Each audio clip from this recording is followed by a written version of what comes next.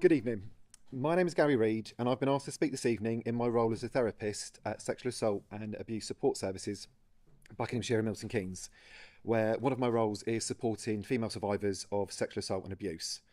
I'm not an experienced public speaker, so please do bear with me. However, when I was offered the opportunity to talk this evening, I couldn't say no to such an important event and something that I am passionate about within my work at the agency. I am also a husband with a wife.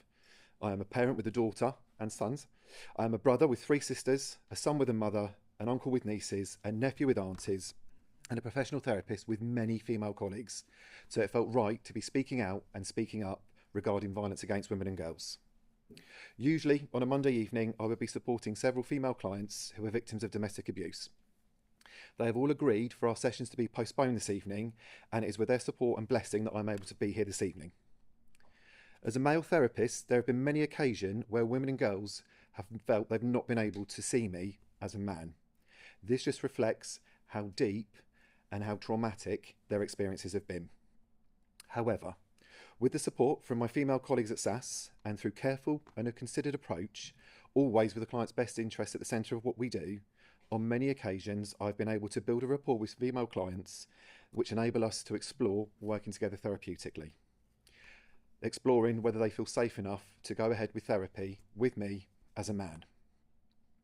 When these clients share that they would like to do this, as a male, I feel privileged to be in this position, one of trust, and an opportunity to demonstrate that men can care, can support, and can really hear the voice of women and girls. In my experience from the work that I undertake, the impact of violence against women and girls takes many forms. Not only is there the physical aspect of the abuse, there is a long-lasting psychological and emotional harm. This has a ripple effect and touches all aspects of their lives, including relationships with family members and often their children. There is also the socio-economic impact, absence from work or education, dropping out of education, not excelling at work. All of these ripple effects further the societal discrimination against women and girls. I want to share with you this evening some of what I see in my therapeutic work. And this is not with the intention of shocking or upsetting anyone, but to highlight the experiences of the women and girls who I support. Violence against women and girls, when physical, often leaves scars and poorly healed injuries, which in a number of cases have long-lasting effects. Violence against women and girls has an impact psychologically. Violence against women and girls is traumatic and often causes PTSD. Violence against women and girls massively impacts on self-esteem.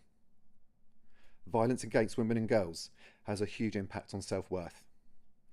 Violence against women and girls destroys confidence. Violence against women and girls has an impact on autonomy and decision-making. In my therapeutic work, I hear about some of the horrendous and violent acts that have taken place. I hear the degrading and detrimental comments that have been made. I hear what has been said to women and girls to place the blame on them as victims and minimise their abuse. I hear how scared and vulnerable these women and girls are made to feel. I hear how men and boys relentlessly try to reduce them to nothing. I hear how controlling and manipulating their circumstances are or have been. I hear the struggles of these women and girls as they try to live their lives avoiding their perpetrator or potential perpetrators. But for me, one of the hardest things for me to hear is how some of these women and girls no longer want to be here. They no longer want to live. With the right care and the right support, these women and girls can find strength. They can gain a sense of empowerment to start to process and heal from what has been done to them. This resilience and courage is a privilege to see and to work with.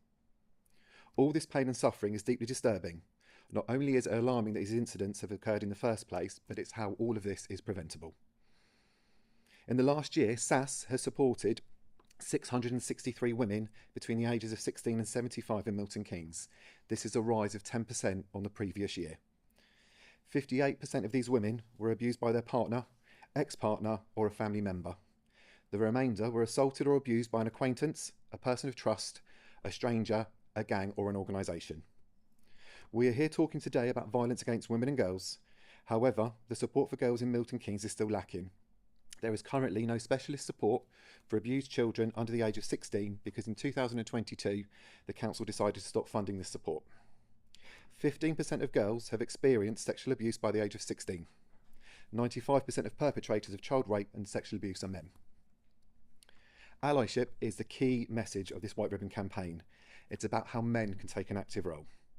This can be done by calling out harmful attitudes and behaviours, by contributing to workplaces and communities to make them safe spaces, by checking the media content they are consuming. Does it normalise misogyny and sexism? If it does, change it. Importantly, it is not about remaining silent regarding men's violence and abuse against women and girls. To truly be an ally, listen, learn about the experiences of women and girls in your life, offer your help and support. At SAS, we listen, we believe, we support, and I encourage all men and boys to do the same.